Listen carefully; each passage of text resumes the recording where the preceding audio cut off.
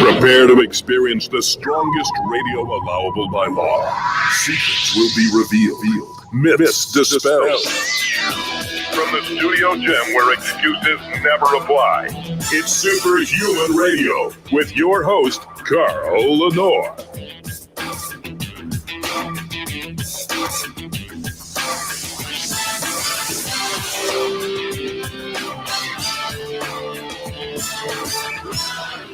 Hey, welcome back. Oh, look at my background. Isn't this terrible? I keep adjusting it and it keeps moving. Welcome back to another episode of Superhuman Radio. I'll get this fixed on the fly here.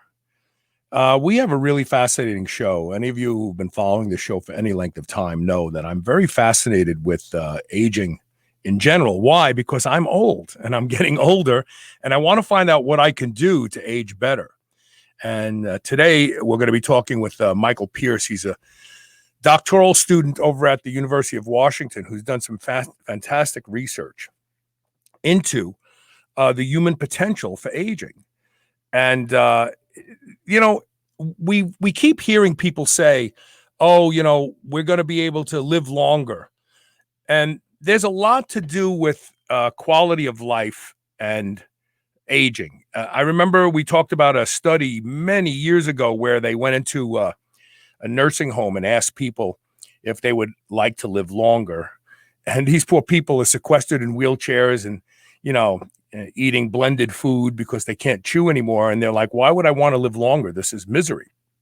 But health span and lifespan are now quite achievable together. We know this now. And we're going to talk about some of the salient characteristics of people who seem to age well and live long.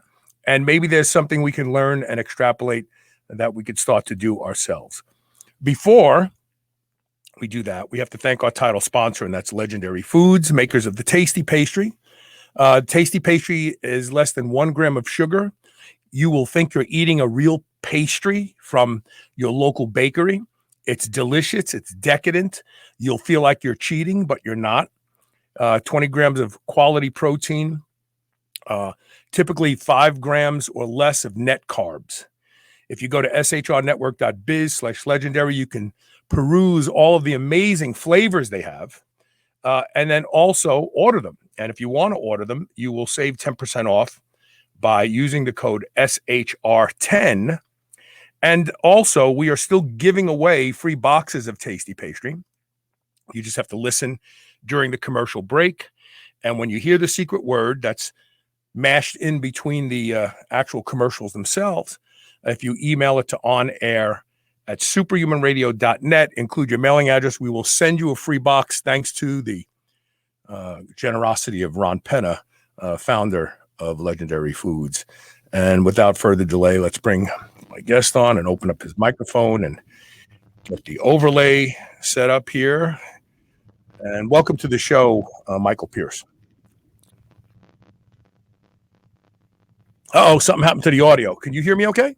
Yes, I can hear you. You're coming through. All of a sudden, you sound robotic almost. No.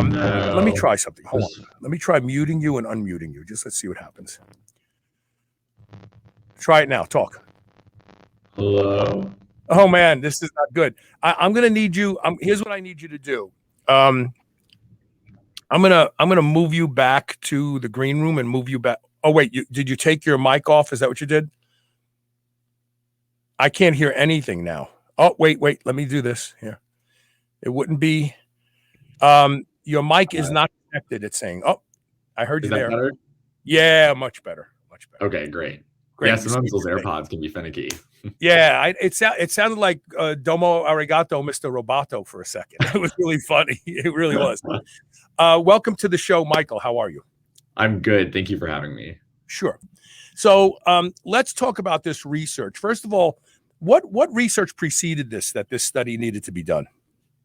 Sure. So I work in the field of statistical demography, and in that people are interested in studying, birth rates, death rates, all of that. And a perpetual question is how long can someone live? So if you're interested in studying death rates, past 100, you might just naturally extend that to, well, what's the maximum age someone could live to? And in the field, there is just a lot of debate and a lot of disagreement over whether or not there's this maximum human lifespan. So on one side, you have lots of people that believe that there's like this fixed cap to the human lifespan. So over the last 100 years, people have been predicting, like no one could live past age 100. No one could live past age 110. And those records we've seen continually broken. Right. But, if you say, hey, no one can live past age 130, well, no one can really prove you wrong on that point because no one's done it that we can verify at least. And some people have some reasonable arguments for saying, why they think that's true. But on the other side of the spectrum, you have people that think that there's absolutely no limit to the human lifespan. And there's some biologists that believe that there are ways to stop the process of aging, and that it could be possible that all of us could live to extreme ages, like 200 or something. And those are really challenging questions to answer, just because it's full of unknowns. And the reason that we did this study was there's been some recent sort of bringing this into a more statistical realm, which is what I work in. So one recent hypothesis that has been shown in a few different studies is that people that reach age 110 sort of in a sense stop aging. And what I mean by that is that the people that live to that age are pretty extraordinary in that they've made it that far. And year over year, their mortality rates actually stay flat. So the probability of them dying doesn't increase like it does for individuals throughout most of their life. So when you're 80, you're more likely to die that year than when you're 20, for example. But when you reach age 110, you have about a 50% chance of dying every single year, and it doesn't grow, which is really unique. What do you attribute that to? Is it almost like the deterioration of the body reaches a maximum point where there's nothing else could happen now? Yes, so it absolutely could be that. It could be just that these people have survived all of the normal things that get you. Like maybe they're just very not prone to developing cancer. You're probably not going to die of conflict, like some sort of violence or something when you're age 110. It seems like these people are just very extraordinary. And the exact reason is unclear, but perhaps just good genetics. Their bodies don't age like the rest of ours. So Paula, and I want to get this out in front. So Paula Mariani makes a very good point that she attributes a lot of this these centenarians around the world to poor record keeping. But I would imagine that you looked at that, right? Yeah, we did. So during the course of our study, we essentially only included individuals that had very verifiable birth and death records. So it turns out that there are lots of people throughout the world that probably have lived to, very extreme ages, like 110, 115 or something. But many of them just were born in times and countries that didn't have good enough records to know for sure that they did.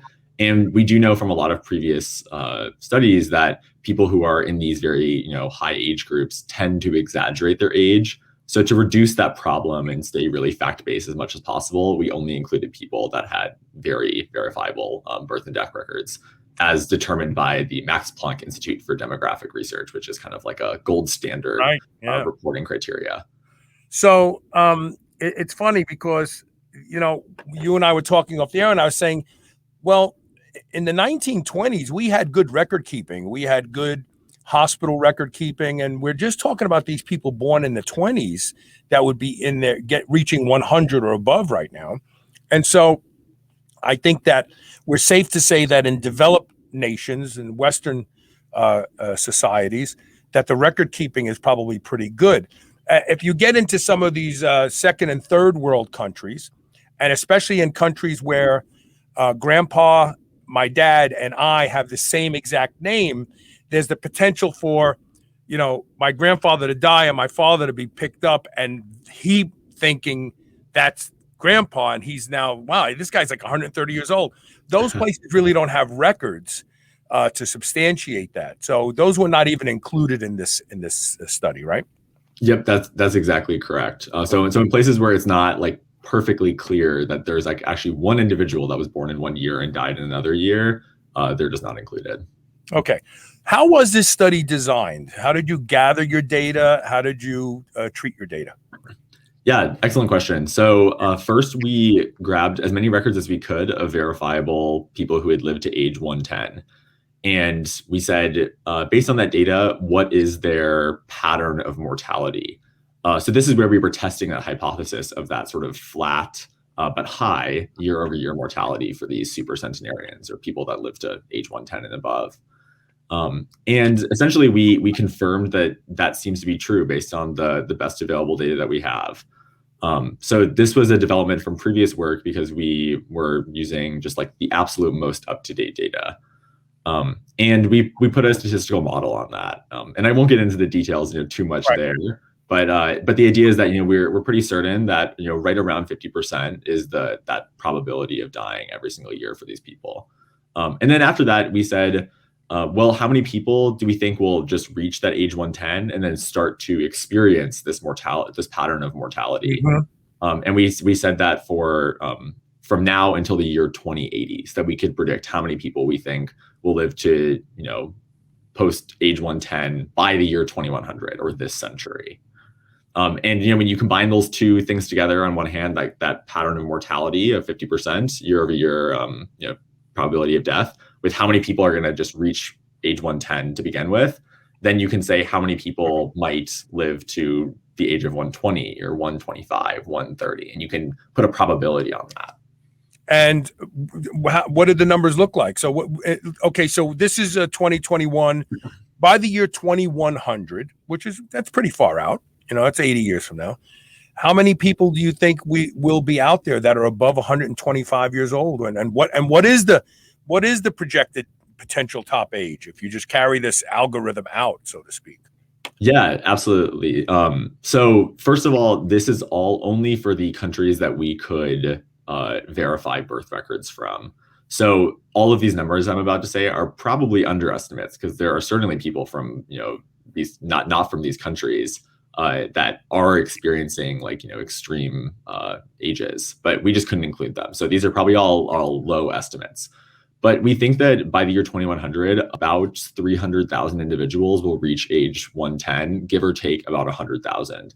So it could be that nearing 500,000 people are going to reach the age of 110, which is quite extraordinary. Yeah. And we think that it's almost certain that someone will break the current death record or maximum age record of 122. We think it's also extremely certain, around 89% probability, that someone will live to age 126.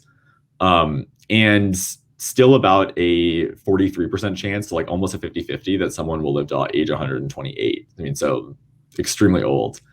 It gets a little less likely that someone would reach age 130, about 13% according to our study. And very slim that someone would reach age, say, 135, under 1%. I want to put this up because I want to make a comment about something. So Boyd Starr says, the world is going to the dogs. You really want to live longer. America is slowly imploding from poor government. No thanks. So I had someone ask me last night, we've never lived through anything like that's going on right now in the United States. We've never done it. We've never done it. And I simply said, well, when I was a kid, I had to learn to get under my desk because of the threat of nuclear fallout, because we were being threatened to being bombed with nuclear warheads by Russia. I think, like, if somebody said to me, life really sucks right now, we have to wear masks and we have to do all these things, and on the flip side is, oh, we're going to get annihilated by a nuclear bomb, I think I can live with the masks and stuff. You know what I mean? So the idea that America is going to hell is just like my father hated my music and I hate my kids' music. It's a passing illusion of evolution. That's all I'm going to say. I definitely want to live to be 130. There's no doubt about it, because I know I'll enjoy my life no matter what. And then, of course, my good friend George Touliatos, who is a physician in Greece, his grandmother just passed away. We've actually done shows about her. She was 108. And George intervened as a physician and did some amazing things for her to keep her strong. With that being said, anybody in the group that you looked at, one of a pair of twins? I'm actually not sure, but I don't believe so. It would be fascinating to find twins who lived different lives and, as a result, different lifespans. It would really be it would really be interesting. I'm getting messages on the screen here. I completely agree. And so, did you look at disease burdens in these populations? Do we know how many of these people didn't have type 2 diabetes or anything like that? I mean, metabolic disease is the number one killer today because it leads to heart disease, cancer, dementia, But unfortunately, medical orthodoxy likes to look at the little silos that they fall into instead of the gestalt, like, oh, metabolic disease causes all this. Anybody have metabolic disease? So unfortunately, because of the fact that these records are being sort of published by governments that have privacy laws, there's very little actual information on these individuals. So we don't have information like that. But I sort of can answer the question in saying that if you look at the people that are alive today that are over the age of 115, there aren't too many of them. They tend to be people that are pretty healthy, pretty normal, pretty average. Would you use the word robust? Would you use the word robust to describe them? Yes, I would. I would, absolutely. I mean, considering that they're age 115, many of these people can still walk. I mean, it's pretty incredible. Yes. So, and when these people do eventually die, it tends not to be of a disease. It tends to just be of old age. Heart failure. Yeah, heart failure. That's the way I want to. I want to die in my sleep when my heart just says I'm done.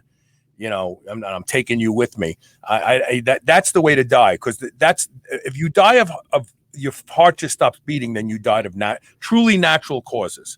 Everything else is not natural, but they like to call it natural.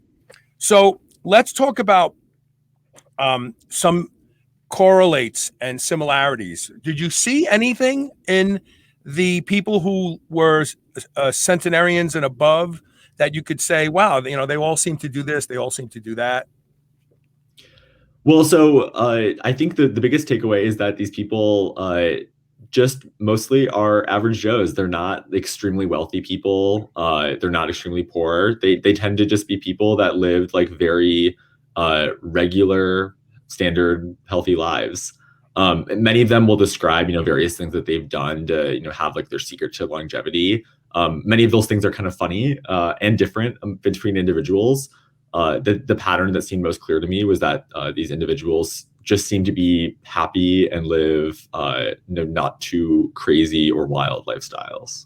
The wealth thing doesn't surprise me, and that's because in the United States, when people attain wealth, they almost always start to participate in high-risk behaviors. It's almost like, I've made all this money now, and now I'm just going to crap on myself. Start doing cocaine, chasing whores, drinking excessively, and they die. And I don't understand why the reward for achievement is to destroy yourself, but that's a psychology show. But what I will say is, I've done a lot of shows about advanced aging, and the only thing that I can find that seems to be a common denominator in all of them, from people like George Burns on down, Betty White, is they have a routine, and I think that the body perceives routine as the environment is hospitable and generous, and it conveys a lower stress level, right? If you look at epigenetic changes in populations that have survived famine, Russia, Ireland, their offspring are actually imprinted with the stress related to that, even though it's like transgenerational. And so I think when people do the same things at the same times every single day, they go to bed the same time, they wake up the same time, they have their bacon and eggs in the morning, if that's what they have. Burns used to love to have a martini in the afternoon and a cigar. I know a lot. I actually spoke to an older gentleman who lives in the South probably about 8 years ago, who he said every morning he gets up, he goes and walks in his garden, he picks vegetables that he's going to have for lunch. He has a beer at noon. For some reason, the only thing I keep coming back to is regularity, consistency. The body thrives when things are predictable. I'm going to eat the same foods at the same time. I'm going to go to sleep at the same time. Maybe it conveys lower stress. Maybe telomeres don't get as short. What do you think? Yeah, so the focus of our study was not necessarily that, but I think that idea seems extremely plausible to me. When I read about Jeanne Calment, who was the current record holder, she lived a very stable lifestyle. I think she lived in the same apartment for the last like 50, 60 years of her life. She had some people that came and checked on her. She did sort of the same activities every day. Similar story with Kane Tanaka, who's currently our world's oldest verified human. At what age? She enjoys doing her math problems and spending time just kind of doing her exercises, the same activities every day. At what age? How old is she? She's 119 right now. Wow. Outstanding. So did you see clusters? We hear about blue zones and all this sort of stuff. Do you see clusters of people who age better versus clusters of people who don't, maybe by geography or by some other substrate of the population? Again, excellent question. And it's a little tough to answer because we really were only able to look at 13 countries. So, pretty limited subset there. They're mostly Western countries plus Japan. And generally speaking, there aren't extremely strong geographic clusters. There's not like some, like the Mediterranean region. There's not something like that where like everyone there is living much longer or something. But we do see that there are some pretty extraordinary individuals coming out of Japan. That's maybe a little unusual. It could be the lifestyle there, the culture, genetics, unclear. But that's kind of one standout. The other cluster is that just to reach age 110, there are more women that reach that age. But kind of a fascinating aspect of this research is that once you do reach age 110, most qualities that otherwise dictate our mortality in our life don't seem to have too much of an impact. Interesting. So it's once you reach that age, even though more women have reached that age, they tend to die at roughly the same rate as the men. And people from different countries tend to die still at that same rate of about 50% year over year. I wonder what it is about men that makes us targeted to die sooner. I have my theories about iron accumulation. And in fact, getting ready to donate blood again here very shortly. Men accumulate iron at a much higher rate than women until women go through menopause. And that is actually seen in women who take birth control pills that only give them 3 or 4 periods a year. We see higher iron accumulation in them. We see some similar outcomes with heart disease in them as men. Could it be explained away by iron accumulation, why men tend to, because don't forget, testosterone makes us absorb more iron easier. Plus, on top of that, women menstruate, so they get rid of blood every month. You think it could be answered by that? Any idea? I'm not exactly sure. I mean, it's certainly plausible. The one thing I would say is that there are certainly more men dying of preventable diseases. So that makes me suggest that it may just be lifestyle. Also, just the general culture of men might be slightly different. There is, for example, a well-known pattern of more men die, say, in their early 20s than women do. That's usually just through like accidents, things like related to alcohol or driving. And due to patterns like that, we might just see fewer men even having the opportunity to reach into an age like 50 or 60, which is true. And that could just carry on into extreme ages. So it could be something like iron. It could just be something very preventable, like lifestyle. You can always tell the mating season of any species that inhabits your area of the world because you see more dead animals on the road being hit by cars. And I'm willing to bet if someone wanted to look, they'd find little testicles on those animals. When mating season kicks in, look, testosterone has been associated with early mortality in men. And it's because of risk. Testosterone makes men take more risks. Now, those risks are what actually increased the trajectory of evolution because we were willing to do stupid stuff that actually got us out of the caves and further on. But during the mating seasons, deer, squirrels, any group of animal, you find more of them on the road dead. And I'm willing to bet those are the men or the male of the species because they're so hyperfixated on procreating that the brain. I mean, any guy who knows this, when you really have that passionate urge, you do stupid stuff. You don't even think about what you're doing. You could potentially hurt yourself. So I'm willing to bet that the reason young men die, more young men than young women die in their 20s, is because of puberty, and it's a gift. Testosterone. So that's a personal opinion. I can't prove that in science. Well, it is backed up by the demographic research, so you could be onto something there. Yeah, no, it's got to be, man. We do stupid stuff when we're guys, and we're in that zone, so to speak. So I got so many different questions and comments that I want to get to. So what I want to do is I want to take this break early right now and come back. And those of you watching live, feel free to post your questions. We'll work them into the show, I promise.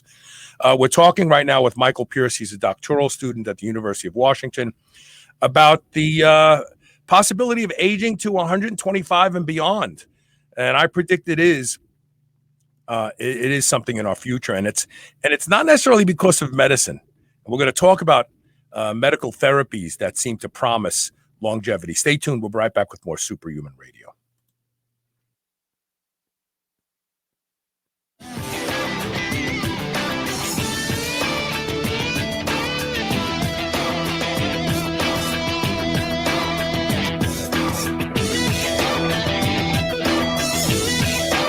Is there something interfering with your happiness or ability to achieve your goals? BetterHelp can help. They will assess your needs and match you with a licensed therapist. This is not a self-help or crisis line. It's professional counseling done securely online. They have a broad range of experts and are available worldwide without having to wait in an uncomfortable waiting room. Get the help you need and start living a happier life today. Go to shrnetwork.biz/betterhelp. That's better, HELP, and receive 10% off your first month of counseling when you use the code SHR. Hey, this is Carl Lenore. Superhuman Radio is the longest running health, fitness, and anti-aging podcast in the world, going into our 16th year of continuous production. If you have a product that you think would appeal to the Superhuman Nation, we can get you on the air quickly and inexpensively to help promote your brand. Join the ranks of some of the largest and most successful companies in the world who know how great it is to be affiliated with Superhuman Radio. Contact Dan Kapitsky today. That's DAN.KOPITZKE at superhumanradio.net to learn more. Every day, there's a new wellness trend. Eat that. Do this. Avoid those. How do you know where to start or who to trust? Inside Tracker helps you cut through the noise by analyzing your blood, your DNA, your lifestyle, and your fitness tracker to provide you with a science-backed, trackable action plan on how to live, age, and perform better. Personalized, one-size-fits-one recommendations to help you optimize you. For a limited time, Inside Tracker is offering Superhuman Radio listeners 25% off the entire store. Go to shrnetwork.biz/inside tracker, INSIDETRACKER,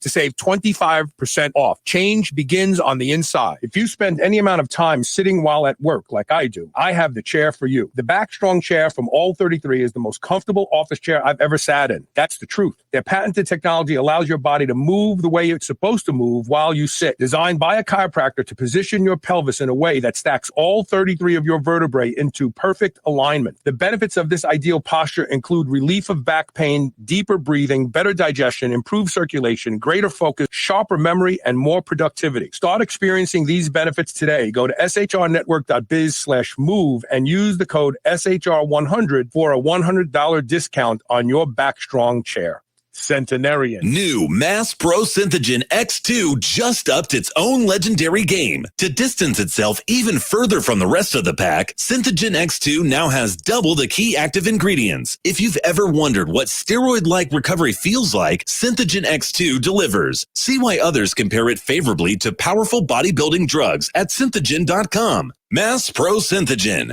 When you train with it, you'll gain with it. I keep saying the number one killer is insulin resistance. Managing blood sugar is the key to living long and aging well. But we all like to eat starchy carbohydrates and sugars from time to time. How do I manage this? I use a product called Blood Sugar Breakthrough by Bioptimizers. This easy-to-take supplement is the result of numerous tests to find the absolute best formula for maintaining healthy blood sugar. Blood Sugar Breakthrough works to safely lower blood sugar after meals so that you can maintain a healthy weight and redirect carbohydrates to your muscles where they can be burned as energy. This means you'll avoid the worst effects of high blood sugar, like weight gain and advanced aging, while enjoying more stable energy, mental clarity, and fewer cravings. Go to shrnetwork.biz/blood sugar and save 10% with code SHR10 today. Spit that out right now. This is the Superhuman Channel.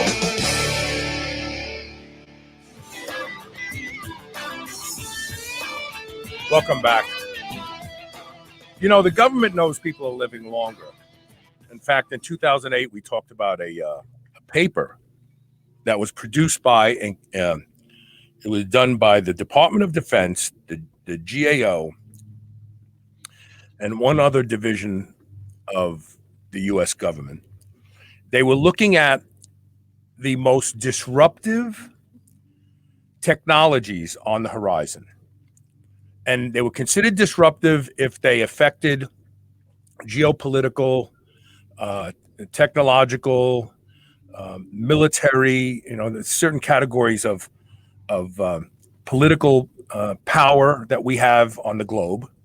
And if they potentially could hurt us, they were listed. And, one of them was like battery technology, but one of them was, I want to say, I can't think of the term they use, but basically they're talking about anti-aging, people living longer. They were looking at the burden of people living longer because people would draw down on Social Security longer. It's not designed for that.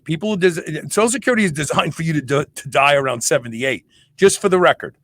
That's what it's designed to do, because they don't have enough money in the Social Security coffers to pay everybody if they live to be 90 or 100, and certainly not 110. And so the government knows this. The government knows that people are living longer. And I'm not saying that there's some sort of conspiratorial thing to make people die sooner, but it is real. We recognize this. And the other thing is that some therapeutic protocols are allowing lifespan and health span to be unified. In other words, most people in their 70s, 80s, and 90s, there's a high probability they're going to be in a nursing home because they can't ambulate or walk anymore. They've gotten out of a chair a couple times and hit the ground, and the kids say, "Oh, Dad or Mom, you can't live at home anymore." So while people may live to be 90 in a nursing home, it's a miserable existence, and chances are the last third of their lives is spent waiting for someone to change the TV station so they can watch, Golden Girls. But because of some emerging medical therapies that are focusing on modulating mTOR and AMPK that are designed to reduce and eliminate the accumulation of senescent cells, that are even designed to turn back on neonatal gene expression to repair cardiac tissue, kidney tissue, and so on. I mean, these things exist right now, peptides and so on and so forth. So the possibility of not only living longer, but actually being engaged in life is a real thing now, isn't it? Yeah, that's very true. And, of course, in all this research about how long someone could live, sort of a key underlying aspect is that, if you were to live to this age, of course, you'd want to be living a high quality life. It doesn't mean too much to live to an extreme age if you're not really going to be able to enjoy it in any way. Something that I find really encouraging is that, as we've said earlier, the people that do live to these extreme ages tend to be living very healthy lives. I mean, they're still able to do activities, talk with people. They don't seem to be suffering from dementia, Alzheimer's, diseases like that.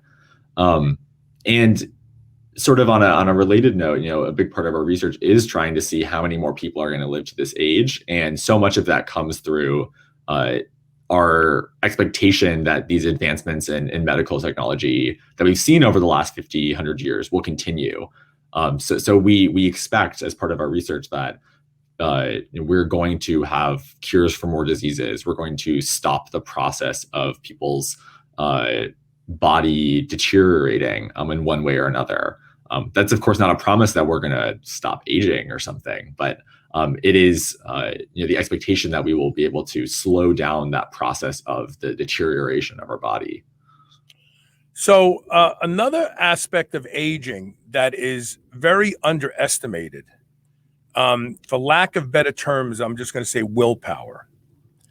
As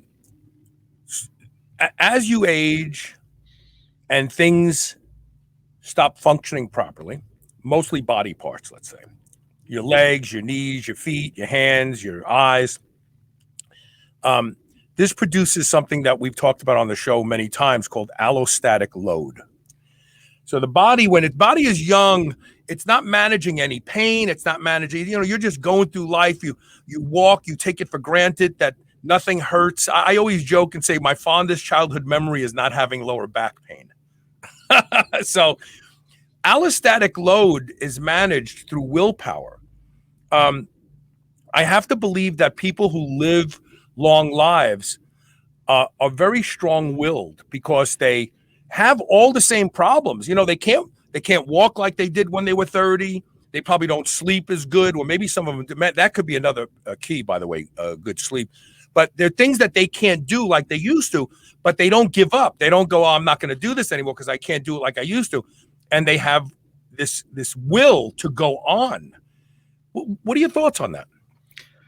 Yeah, again, I can't say for sure, but I definitely believe it. I think I was reading a statement by Kane Tanaka, who said that, when she was 116, she was like, I want to live to age 120. And she's still alive. Right. So it's certainly possible that there is this mental component to it. Like almost willing your body to keep going, even in the process of aging.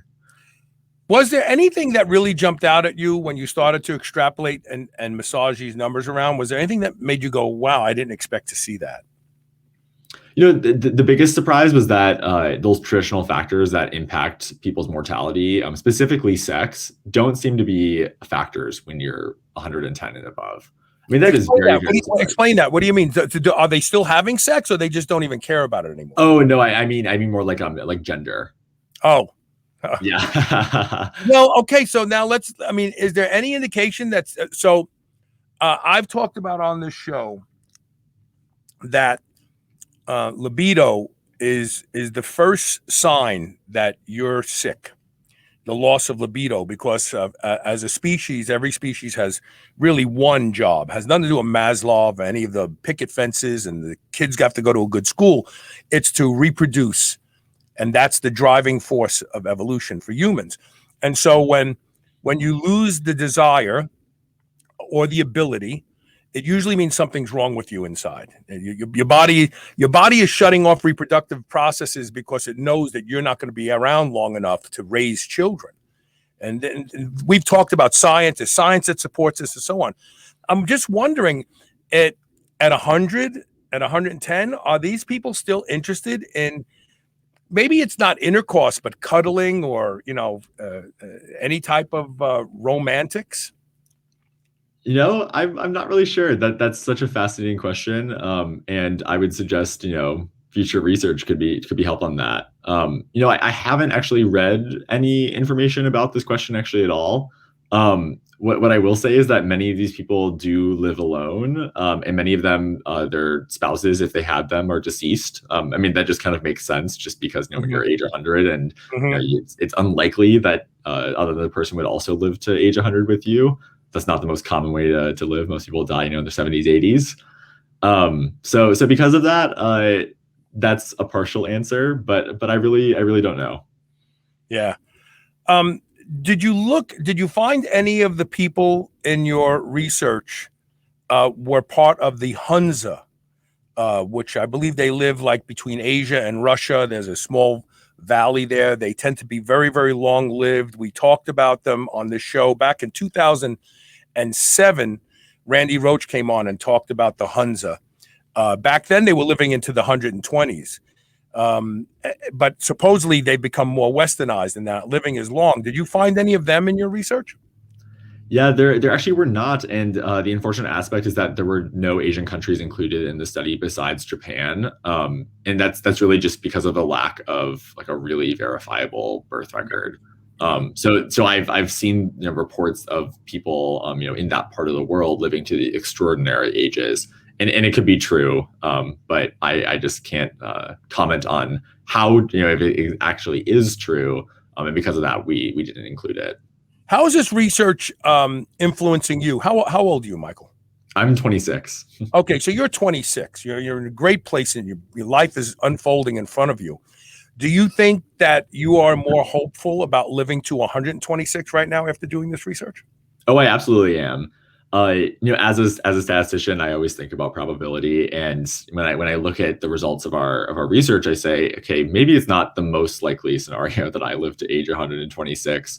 But in the process of doing the research on how many people are going to live to even just age 100, 105, 110, it's really promising. You're going to see so many more people this century reach that age. And I actually was born a little too late to be part of a cohort that could reach age 110 by 2100, but I could reach age 100. And that seems quite possible due to the advancements in medical technology. Those patterns that we're seeing are so promising. On a more day-to-day level, as opposed to something way far into the future, it does seem like there's so much evidence suggesting that the way you live your life day to day takes a toll on your body. I think that seems like common sense to me. Yeah. And I think it makes me think, yeah, I want to just do the best I can every single day. I think that will increase my chances of living to age 100. People claim that meditation can increase your lifespan because of the reduction in stress, or it's a good stress management tool. Any comments, any thoughts on that? Any evidence that some countries where meditation is more popular, we have more of these super agers?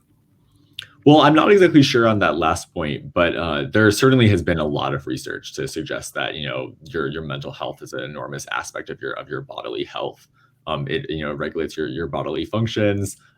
It's a big component as like all other types of health things that one does, and it's frequently underestimated. So even though I'm not sure on the demographic trends, countries that have sort of more spiritual practices as part of their average human, average citizen, I would definitely believe it.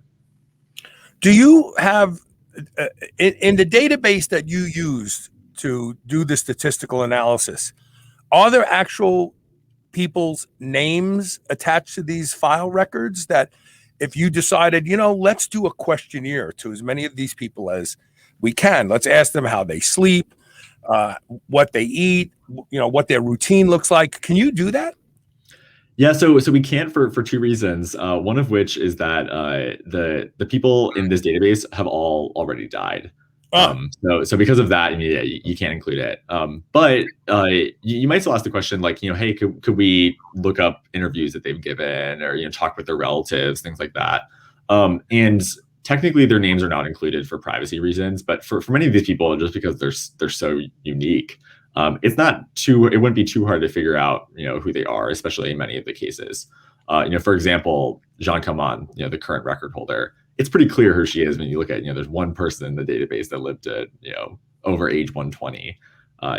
She of course is that individual there. So there are cases like that, and that's how we're able to sort of learn about patterns of these extreme agers. Yeah, I would love to send questionnaire to just 5 of them and try to connect the dots, because I'm sure there's lots of similarities in specific things. Palpitation, yeah. Craig Hollander was talking about meditation on the side. I don't want to bring it into this discussion right now. But it would be fascinating to me to be able to ask them questions and try to connect dots, because really we have this group of people who have done something we all wish we could do. And I would love to be able to interview them and find out what it is that they do specifically, so we could try to integrate some of that stuff into our own lives. Yeah, I completely agree. And the question that I would want to ask if I was doing that would be to say, you know, starting at what age did you start to think about, you know, these lifestyle patterns and how they might impact how you age? You know, is it that these people reached the age of 80 and had a health crisis and said, oh, I need to change my life and become a lot healthier? Or were they in their 20s and, you know, not drinking, you know, having a healthy social life, living in a healthy environment? You know, questions like that I would want to ask, because, you know, like so much of what we are, we can't change. You know, you can't change your genetics. You can't do things like that, but you can impact the way you live your life day to day. Yeah, epigenetics is a big mover. And I would love to ask them if they drink, because I like to. In fact, I'm taking off all alcohol for the next month or two. I like to have a drink from time to time, but I don't kid myself into thinking that drinking is good, because it's a neurotoxin. And I would love to ask these people who have lived these long lives, did you ever drink? Do you drink now?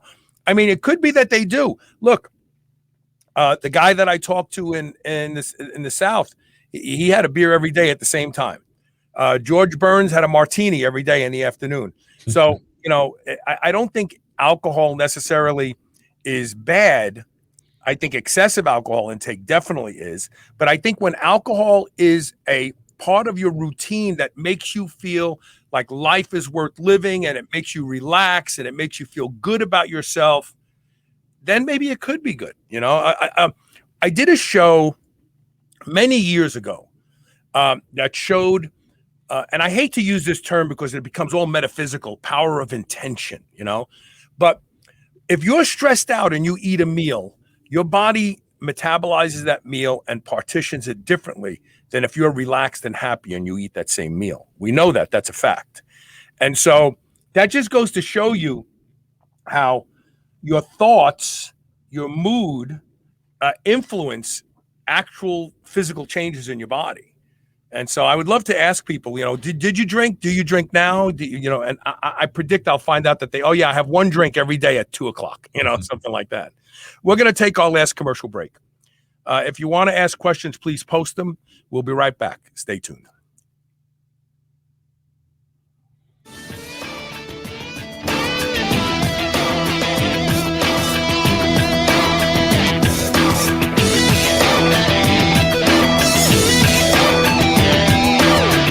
If you've listened to Superhuman Radio for any length of time, you know I'm a big proponent of peptides. One of my favorites is GHKCU, the blue copper peptide. It has the ability to repair and regenerate more youthful expressions of skin cells, reversing the signs of aging. Restora Cell's Stem Cell Awakening Serum, along with their other products, contain potent formulations of blue copper peptide and only the highest quality organic ingredients. Superhuman Radio listeners can now save 25% site-wide. Buy their complete set and receive a free exfoliating cleanser. Go to shrnetwork.biz/blue and use the code SHR25. That's SHR25. Remodel your skin today. Centenarian. Knoll Creek Hemp Company's Delta 8 soft chews are the premier Delta 8 product on the market today. Knoll Creek's Delta 8 is produced from high-quality hemp-derived CBD oil, and soft chews are manufactured using proprietary nano-emulsification technique that ensures the Delta 8 soft chew will timely deliver the desired effects cleanly and consistently from piece to piece. In a space where at least 70% of the products fail to meet label claims and where most users of conventional hemp products are left disappointed, Knoll Creek's Delta 8 soft chews are a product you can trust. Visit shrnetwork.biz/Delta8. That's DELTA and the number 8, and use the code SHR20 to get 20% off your first order today. I need to share with you all a revolutionary new wearable technology called HapBee. HapBee allows you to enjoy the effects of caffeine, alcohol, nicotine, melatonin, and muscle relaxants without actually ingesting anything. Yes, really. They figured out the unique magnetic signature of each of these molecules and recorded them. Just put the HapBee on, choose the signal you want, and it starts projecting the magnetic magnetic signature of that molecule that you choose, like coffee for feeling alert. Go to happy.com/SHR. That's HAPBEE.com/SHR to learn more and unlock an $80 discount exclusively for the Superhuman Radio listeners. Being superhuman means being conscientious about the choices we make. White Oak Pastures is superhuman when it comes to raising livestock. They're committed to animal welfare, land regeneration, and rural revival. They responsibly manage the entire process from the pasture to your doorstep. High quality, pasture raised, great tasting meat from a farm you can trust. Full nose to tail selections. They even have options for your pet. Go to shrnetwork.biz/white oak and use code SHR20 to save 20% off your entire first order. Remember those rectangular toaster pastries you used to love when you were a kid? Well, Legendary Foods has just made them better. The new cake-style tasty pastry is like nothing you've ever had before. With 20 grams of high-quality protein and less than 1 gram of sugar, you'll feel like you're cheating, but you're not. Go to shrnetwork.biz/legendary and use the code SHR10 to save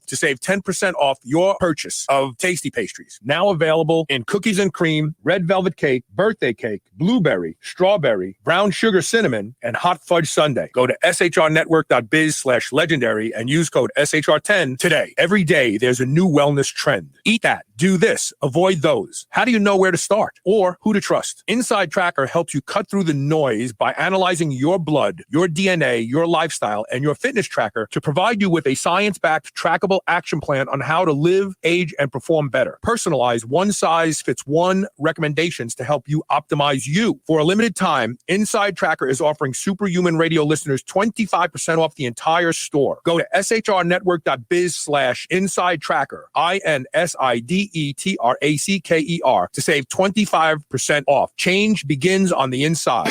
This is the Superhuman Channel, where brawn and brains finally meet.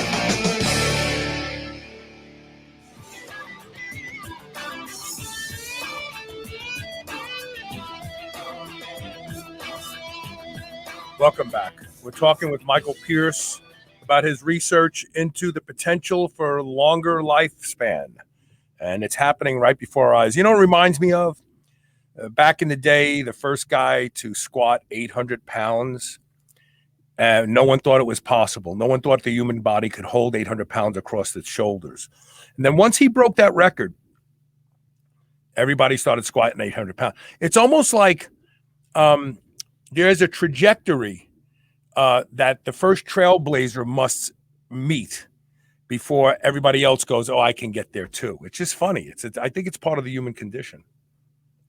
Yeah, that's certainly true. I mean, you see that with the Olympic mile times. You know, once someone broke 4 minutes, a ton of people started doing it almost immediately. Yeah. It's almost like we know we can push ourselves. They got there. We can get there too. What do you want clinicians and lay people to take away from this research, Michael? You know, I think the biggest takeaway is that there is this sort of pattern that, you know, after you reach 810, that your pattern of mortality kind of stays flat. Your probability of dying doesn't grow with more age, and I think that should be encouraging to people who you know, are trying to live longer. The other big pattern that we see is that just there has been such a large population growth over the last 100 years, and that's going to play out with the most extreme individuals, these outliers becoming, say, a bit more common, a little bit less of an outlier. Mm-hmm. More of them will live to these you know, very wild ages. You know, we think it's very certain someone will break the current record of oldest lifespan. So more than any individual disease, the number one, let's say, I don't want to say cause of death. The number one correlate with death in older people is frailty. You know, frailty is common today. You have people who are in their 60s and 70s and they have to get in a cart to shop, you know, and ride around the store. And obviously obesity is playing a very large role in this as well, but there are also people who are not obese and they're just frail. And there is very good research out there that shows that for women 60 and for men 65, the more muscle you carry into the age 60 as a woman and the more muscle you carry into the age 65, independent of strength, because strength correlates with longevity as well. There's been lots of one really great study that was done by the Veterans Administration in California, in Los Angeles. They had 16,000 men, and they came away and said the strongest men at the beginning of the study, they used grip test and leg press test. The strongest men at the beginning of the study who remained strong through the study were still alive at the end of the study. The weakest men at the beginning of the study who got weaker throughout the study died the earliest. So frailty is thought to be a big problem for being able to age well. And clearly, if you're frail, you probably don't want to be 110 because it means you're going to be bedridden and someone's going to be feeding you. So I kind of think that in order for us to take lifespan and health span and marry them together, physical culture, physical activity has to be a large component, much larger than it is for most people who have very, very sedentary lives. Any comments on that? Well, I have read some research that a fall, for example, is a very strong predictor of death in the coming year, and that's extremely unfortunate. And that's true for especially those people in like 80s, 90s, early hundreds. And because of that, I would say, yeah, if you want to be living to 110 or more, of course, like working on that physical strength aspect is going to be very important. Because a fall is just generally seen as a predictor of a deteriorating body and very quickly. And being bedridden, certainly is not going to help your actual health in terms of how happy you are. It also seems to be a predictor of actual death. So what's next for you? Are you going to stay in this area and continue to produce more research in this area? And if so, what's next? Well, so my primary research going forward is not necessarily in this area, but I am really curious, as well as my co-author, Professor Adrian Raftery, who his full-time research interests are in demography. We're really interested to see what the response is to this study. If people come out and say, we think you're totally wrong, I mean, I'm really curious to hear that opinion and to discuss it further. So if that happens, I'd really love to continue doing work in this field. If people largely agree, I mean, that would also be great because I think that would mean that what we did was sound and good. So I guess we'll see. I think it'd be fun because this is just a fascinating subject that anyone can relate to. I think that most of us in this audience, we embrace anti-aging. We embrace things that will help us live longer but stay stronger. In fact, the motto of this show started out as live stronger, live longer, because the early research showed that strong people live the longest. We've always suspected, 125 was the human potential for aging. And I think your research just validates it for many of us. I think that a lot of us put blind faith in it, like, oh, come on, we should be able to get to 125. But you're showing that, yeah, you probably should. You probably can if you do all the right things. Now, some of us started life off the wrong way, me included. But then around 40 years old, I had to save my own life. And then now here I am. So I'm sure that there is collateral damage done from those early years of the things I did to myself. And perhaps I won't be able to live to 100 or 110. But I feel very confident I'll get into my 90s because both of my parents did. And they didn't take care of themselves. Had they taken care of themselves, I'm sure they would have. My grandfather, Valerio, married a much younger woman in Italy. And they had 13 children together. And my oldest aunt, I say aunt because I'm from Brooklyn, but I know a lot of people aunt. My oldest aunt, Mary, took him to the hospital one day because he was spitting up blood. And when he got to the hospital, they said, oh, he has a bleeding ulcer and we're going to have to do surgery today. It wasn't life-threatening at this point in time. So, he's got a bleeding ulcer because my grandfather took some advice and took it too far and was taking aspirin every day for his aches and pains, and it eventually destroyed his gut. And so they said to my Aunt Mary, we're going to have to perform surgery on your husband. He's going to be fine. And my aunt said, my husband, that's my father. And they said, how old is he? And she said, 95. And then the doctor says, oh, we can't perform surgery on him. And so he ended up dying. Had they thought he was younger, they were going to do the surgery because he looked younger. He was, he was a bricklayer his whole life. He was strong. He looked younger than they thought he was. And so I did my 23andMe, and I have all the longevity genes. Now, I have crapped on myself for the first 40 years of my life. So I don't know how many of those genes are going to carry me through. But I think I can get to 90. I really, really do. I feel pretty confident I could get to 90. If I can get to 110, that's really a good motto, right? 110 or bust. Like how people used to put the signs out, California or bust. 110 or bust. I should have a T-shirt that says that, Michael. Yeah, I think you should go for it. I mean, why not set a high goal? I mean, if you don't reach it, then fine. But I think you should absolutely, that should be the goal for many of us, to live long, healthy lives. Fascinating research. Thank you so much for being on the show today. Yeah, thank you for having me. It's been a pleasure. Take care. All right, that's it for today. We have great shows. Friday, I have Anthony Roberts joining us for a fascinating discussion. So I've never seen anyone, except maybe the one or two outliers, who has been deep into intermittent fasting or fasting in general, ever get as lean as a bodybuilder does. Now, I know people going to say, oh, bodybuilders take drugs. No, there's a lot of natural bodybuilders that get into 2 and 3% body fat. My good friend Joel Green, he's pretty close to my age. He's completely natural. Right now, standing anywhere, he's like 6 to 7% body fat. And I've often wondered why people who engage in fasting can't get lean enough. And it may be ghrelin.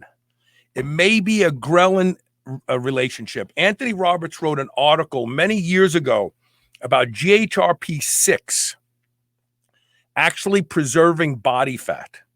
I reached out to Anthony and I said, didn't you write that article? He said, yes, he's coming on Friday, and we're going to explore two things. Is the GHRP or the ipamorelin that you're taking, the ghrelin agonist that you're taking along with your growth hormone secretagogue, like modified growth factor 1 through 29 or CJC 1295, is it actually hampering your ability to get lean? And is your obsession with fasting keeping you fatter? No one's talking about this, but the science shows it. And we're going to talk about the science on Friday, so don't miss that. All right, that's it for today. Thanks for being here. Please share the show. YouTube is blocking us because I talked about the vaccine when I had the last Blueprint Power Hour. So we're off of YouTube for the rest of the week. Somebody in the thread complained. Two guys were going back and forth about the vaccine. And somehow I think the show got pulled into it. One of the guys reported my show, and we weren't even doing a show about the vaccine. It was the Blueprint Power Hour. We're talking about training and nutrition and stuff like that. So we're not on YouTube right now, sadly. Those of you who follow me on YouTube probably wondering where the show went. It's still here. It's just not on YouTube. We are going to be on LinkedIn and Rumble starting next week consistently. We were supposed to be on LinkedIn today, but there was some sort of a glitch. We'll figure that out. But we're going to expand where we can stream to, because I don't like YouTube and their censorship. You know what? I should be able to talk about just about anything I want to talk about. It's my opinion, and it shouldn't be censored. So, all right, look, we'll see you tomorrow with more Superhuman Radio. Share the show. Thanks for being here today.